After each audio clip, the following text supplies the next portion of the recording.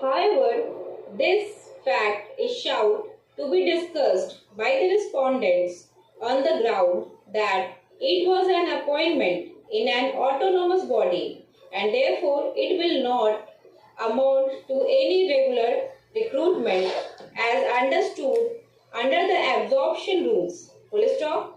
We are unable to accept this stand in the counter affidavit in as much as, the very letter of appointment of Shiv Prakash Sharma itself refers to Senani Kalyan Parisar to be governed by the government order dated 23/12/2001 and absorption has been acknowledged on account of Shiv Prakash Sharma being a retrenched employee. Full stop. Thus, there is no doubt that the absorption of Shiv Prakash Sharma was clearly on account of his retrenchment after he had withdrawn his writ petition. Full stop. So far as the status of the Senani Kalyan Parisar is concerned, a reference to the office memorandum dated 12/2/1973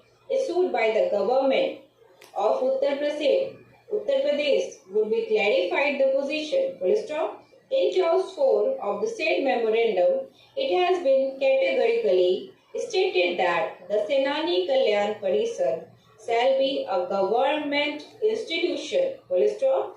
In our considered opinion, the said organization, therefore, being a government institution as described in the office memorandum itself, negates the arguments advanced on behalf of the respondents that it was governed as a separate entity and autonomous body and not a government department. Full stop. The absorption of Shiv Prakash Sharma was in a government institution.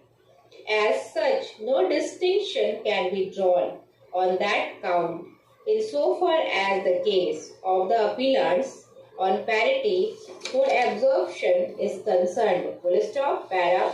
Coming to the question of applicability of the 2003 recession rules, suffice it to mention that the issue of absorption had already been raised immediately upon the corporation being wound up in the year 1999. Full stop. Thus, the status of retrenchment was already being faced by the appellants and they had already raised their claims much prior to the enforcement of the recession rules, 2003, full stop.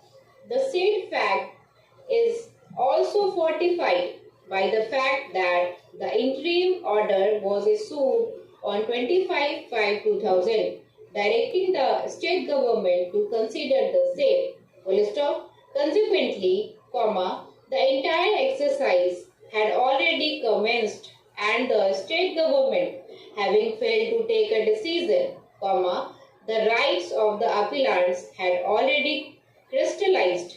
The adjudication whereof has now been made under the impugned judgment, full stop. In such a situation, the conclusion drawn by the learned single judge that since the employees have been retrenched after the recession rules, 2003, nowhere affects the rights of the appellants, whereas in fact the appellants were already facing retrenchment and they were entitled for consideration of their rights occurred earlier as already pointed out in the judgment of Vinod Kumar Kushwaha and other judgments in the connected writ petitions. Full stop.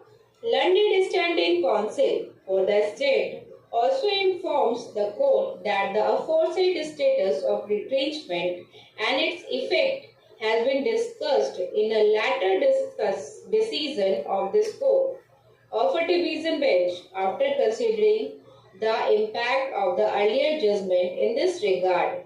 And in this view of the matter, also the appellants would not be entitled to such benefits.